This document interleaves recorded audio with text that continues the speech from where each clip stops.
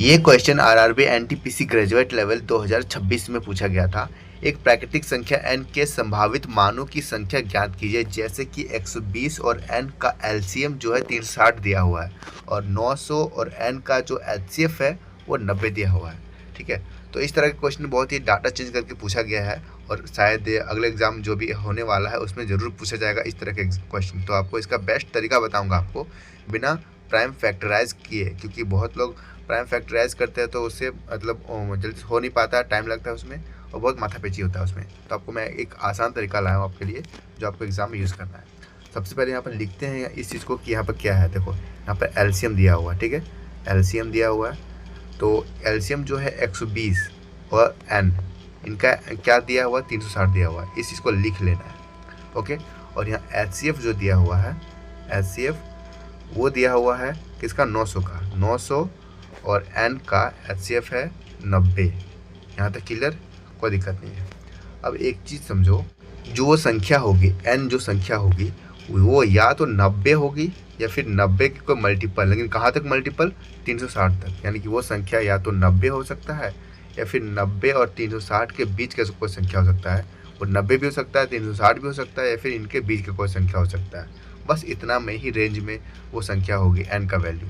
तो हमें कितने संभावित मान, कितना n का वैल्यू कितना हो सकता है यहाँ पर वो निकालना है। तो आगे बढ़ाते हैं इसको, पहले समझ में आ जाएगा आपको। ठीक है, तो यहाँ पर देखो, अगर वो संख्या 90 और यहाँ पर जो दिया है 90 और 360 के बीच में संख्या होगी या फिर 90 भी हो सकती है, तो पहले हम 90 रख के यहाँ देखते हैं। देखो यहाँ पर रख के देखना पड़ेगा, क्योंकि संभावित मान पूछा तो सारा हमको मान चेक करना पड़ेगा। ठीक है, तो यहाँ पर 90 हम रख के देखेंगे, तो यहाँ 90 रखते हैं तो 120 और 90 का जो एलसीएम है वो 360 यहाँ पर आ जाता है। ठीक है, वो आ जाता है, यानी कि 90 मेरा एक संख्या 90 पक्का पक्की मेरा होगा। ठीक है, अब देखते हैं आगे। अब क्या करना है, इसका मल्टीपल चेक करना है। आप अगला संख्या कौन सा चेक करेंगे, तो 90 के जस्ट दुगुना चेक करेंगे। तो 90 दोगुना क्या हो जाएगा, 180। तो 180 अगर यहाँ रखते हैं तो देखो यहाँ 180 रखते हैं तब भी यहाँ पर जो एलसीएम है वो 360 ही आ रहा है, कोई दिक्कत नहीं है। लेकिन 180 अगर यहाँ रख रहे हैं हम, यहाँ 900 और 180 का जो एचसीएफ है वो यहाँ पर 90 नहीं आ रहा है, इन दोनों का एचसीएफ 180 ही आ जा रहा है, यानी कि ये संख्या नहीं होगा। जो भी संख्या यहाँ पर मानेंगे वो संख्या 360 को डिवाइड करना चाहिए, यहाँ पर जो एलसीएम है उसको डिवाइड करना चाहिए। ठीक है, अब नेक्स्ट वैल्यू क्या लेंगे, यहाँ पर 90 को हम 3 से गुना करते हैं यानी कि 270, लेकिन 270 360 को डिवाइड नहीं करता है, यानी कि 270 को हम नहीं लेंगे। अब लेंगे क्या, 9 चौक 36 यानी कि 360। अब 360 को डिवाइड करेंगे तो 360 आराम से हो सकता है। ठीक है, यहाँ पर 360 अगर रखते हैं तो ये जो इसका एचसीएफ कितना हो जाएगा, तो 90 इसका एचसीएफ नहीं हो रहा है, इसका एचसीएफ फिर भी 180 ही हो रहा है। तो ये संख्या भी नहीं होगा, मतलब हमने 360 तक चेक कर लिया, यानी कि हमारा जो संभावित मान है वो सिर्फ और सिर्फ 90 हो सकता है। ठीक है, अगर 90 हो सकता है तो यानी कि हमारा संभावित मान सिर्फ 1 हो सकता है, यानी कि ऑप्शन नंबर 3। एक और क्वेश्चन से आपका सारा डाउट क्लियर हो जाएगा। यहाँ पर क्या बोल रहा है कि सेम उसी तरह एलसीएम यहाँ पर बोल दिया है यहाँ पर 120 और यहाँ पर एचसीएफ जो है वो दे दिया है यहाँ पर 20। ठीक है, तो यहीं पर हम सॉल्व करते हैं, लिखते नहीं है अलग से हम।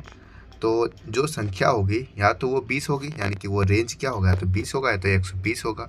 ठीक है, या फिर इसके मल्टीपल में होगा, बीच में कहीं होगा। तो क्या करेंगे इसका, तो इसका सबसे आसान तरीका क्या है, या तो 20 पहले रख के देखते हैं हम। तो अगर यहाँ पर 20 रखते हैं अगर हम, तो 20 और 120 यानी कि ये पूरी कट रहा है। ठीक है, सबसे पहले देखें कि ये संख्या जो है वो इसको काट रहा है नहीं काट रहा है, 120 को काट रहा है नहीं काट रहा है। तो देखो काट रहा है तो ये इसको रख सकते हैं, कोई दिक्कत नहीं है। यहाँ पर 24 और 20 का एलसीएम जो है 120 आ जा रहा है, यानी कि ये वैल्यू होगा पक्का पक्की। आप यहाँ रख के देखते हैं। ठीक है, 20, तो यहाँ भी 20 रख रहे हैं तो इसका एचसीएफ जो है 20 ही रह जा रहा है, कोई दिक्कत नहीं है, यानी कि ये वैल्यू सेटिस्फाइड, यानी कि एक वैल्यू जो है 20 आएगा, ये फिक्स है। अब नेक्स्ट देखते हैं कि अगर 40 रख के देखते हैं, तो हम 40 रखते हैं अगर यहाँ पर हम, तो कितना हो जाएगा, तो यहाँ 40 रखेंगे तो अभी भी यहाँ पर एचसीएफ जो है वो 120 आ जा रहा है कि ये भी वैल्यू सेटिस्फाइड है यहाँ पर। और यहाँ रख के देखते हैं। ठीक है, यहाँ 40 रख रहे हैं तो यहाँ भी वैल्यू सेटिस्फाइड, यानी कि 40 फिक्स होगा ही होगा। अब देखते हैं 40 हो गया। अब देखते हैं यहाँ पर 60 रख करके, 60 अगर रखेंगे तो भी जो वैल्यू है 24 और 60 का एलसीएम जो है 120 आ रहा है, यानी कि ये वैल्यू भी सेटिस्फाइड है। और यहाँ अगर 60 रख के देख रहे हैं हम, तो ये वैल्यू भी यहाँ पर देख रहे हैं तो सेटिस्फाइड हो जा रहा है, कोई दिक्कत नहीं, यानी कि ये वैल्यू 60 भी हो सकता है। अब देखते हैं यहाँ पर 80 रख के, तो 80 रख नहीं सकते क्योंकि 80 इसको डिवाइड नहीं कर रहा, ठीक है। तो 80 हम रख नहीं सकते, तो 80 के बाद क्या आता है, तो यहाँ पर 100 आता है, तो 100 भी रख नहीं सकते क्योंकि 100 इसको डिवाइड नहीं कर रहा है 180 को। तो अब क्या करेंगे, 20 का मल्टीपल में रखना है ना, 120 रखते हैं, ठीक है। तो 120 रखते हैं, तो 120 को रख रहे तो 120 और 24 का एलसीएम 120 आ रहा है, कोई दिक्कत नहीं है। अब यहाँ पर 120 रख रहे हैं तो ये भी वेल सेटिस्फाइड हो रहा है, यहाँ पर 20 इसका HCF 20 आ जा रहा है, यानी कि जो मेरा चौथा वैल्यू होगा वो 120 भी यहाँ पर हो सकता है एन का वैल्यू। यानी कितना वैल्यू टोटल हो गया मेरे पास, पहला वैल्यू, दूसरा वैल्यू, तीसरा वैल्यू और चौथा वैल्यू, यानी 4 वैल्यू यहाँ पर पॉसिबल है। तो ऑप्शन नंबर 4 मेरा सही हो जाएगा। अगर समझ आ गया है तो इसका आंसर कमेंट बॉक्स पे बताओ।